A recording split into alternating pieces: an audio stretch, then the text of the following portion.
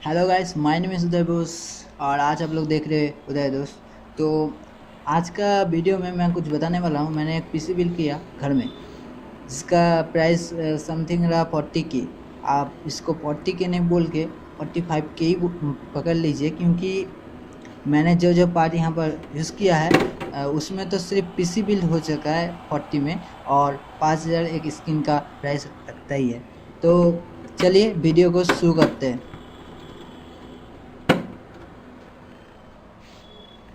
Friends, video शुरू करने से पहले एक बात बता दें, like and share and subscribe जरूर कीजिए।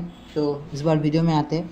तो पहले मैंने जो इसके लिए मदरबोर्ड चूज़ किया वो गीगाबाइट का GA B250M D2V LG 1151 socket का मदरबोर्ड है।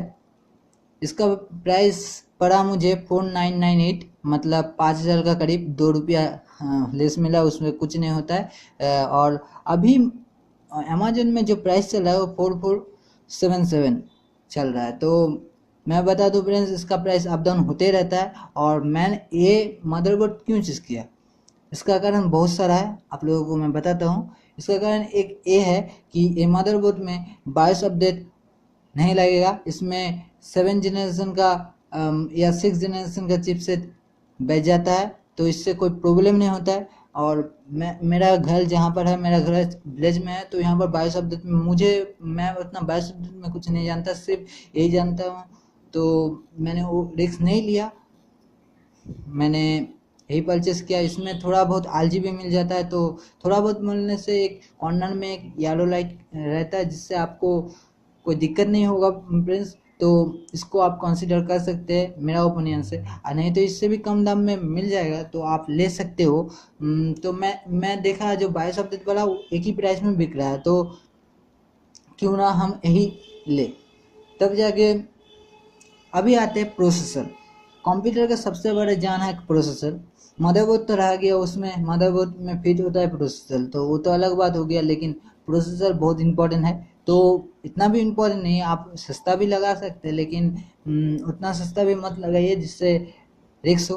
तो मेरा जो एल जी मतलब एल जी नहीं, गीगाबाइट का जो मदरबोर्ड है वो 1151 सॉकेट का है। तो उसके लिए बेस्ट रहा Intel Pentium G4560 7 generation processor. इसमें 2 कोर 2 थ्रेड है, जो i3 का थ्रेड होगा, तो इससे कोई मुझे प्रॉब्लम नहीं होगा। फ्यूचर में मैंने इसको चेंज कर लूँगा, लेकिन अभी तो फिलहाल 5 इयर्स तो एक गुजर ही जाएगा। और ये लेने का बहुत सारे कारण हैं। मैं इंडियन बजट गेमर और इंडियन गेमर्स चैनल से बहुत कुछ सीखा हूँ। तो आप लोग भी यदि जानना चाहते हैं इस प्रोसेसर का बारे में और भी कुछ डिटेल्स में, तो उस चैनल में आप जा सकते हैं। इसका प्राइस पड़ा 4873, मतलब इसका भी 5000 का करीब ही पड़ गया फ्रेंड्स। तो इसमें तो कोई ज़्यादा ही नहीं है, लेकिन इसमें जो प्रोसेसर है वो गेमिंग के मुकाबले वीडियो एडिटिंग के लिए थोड़ा बहुत परफेक्ट है। थोड़ा बहुत क्या, बहुत ज़्यादा ही परफेक्ट है। मेरा गेमिंग इसमें 50 FPS तो चला देता है, क्योंकि इसमें ग्राफिक्स जो लगा है वो थोड़ा हाई पड़ गया है। तो आप लोग ये कंसिडर कर सकते हैं, ये बहुत ही अच्छा प्रोसेसर है फ्रेंड्स। अब आते हैं कैबिनेट, जिसमें मैंने चीज़ रखना है, मतलब सब कुछ रखना है, उसमें प्रोटेक्शन में रहे।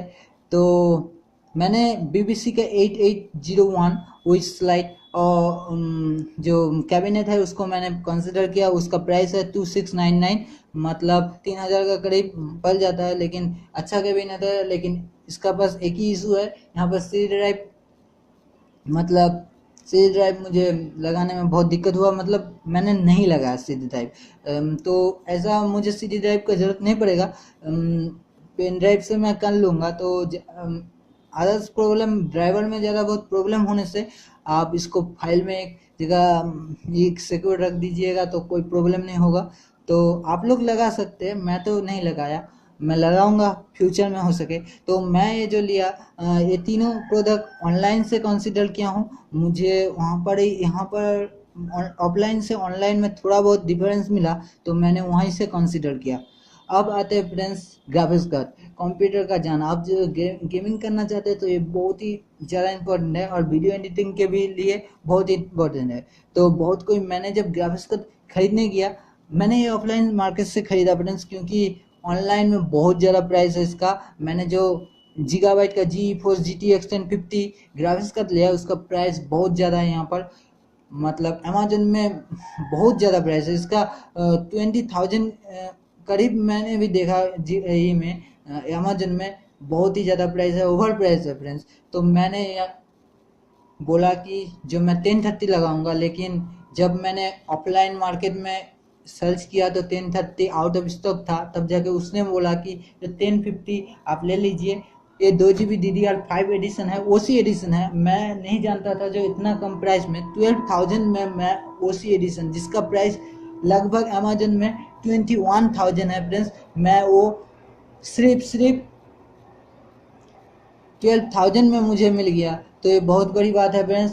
तो आप लोगों को मैं कंसिडर कर रहा हूँ अमेजन से गलती से भी फ्लिपकार्ट या अमेजन से, फ्लिपकार्ट में नहीं बोलता, अमेजन फ्लिपकार्ट में तो नहीं मिलता है ग्राफिक्स कार्ड, तो आप इसको कंसिडर कीजिए ऑफलाइन मार्केट से। मैं 100% श्योर लेता हूँ ऑफलाइन मार्केट में बहुत सस्ता मिलेगा फ्रेंड्स। तो ये तो मैंने ले लिया।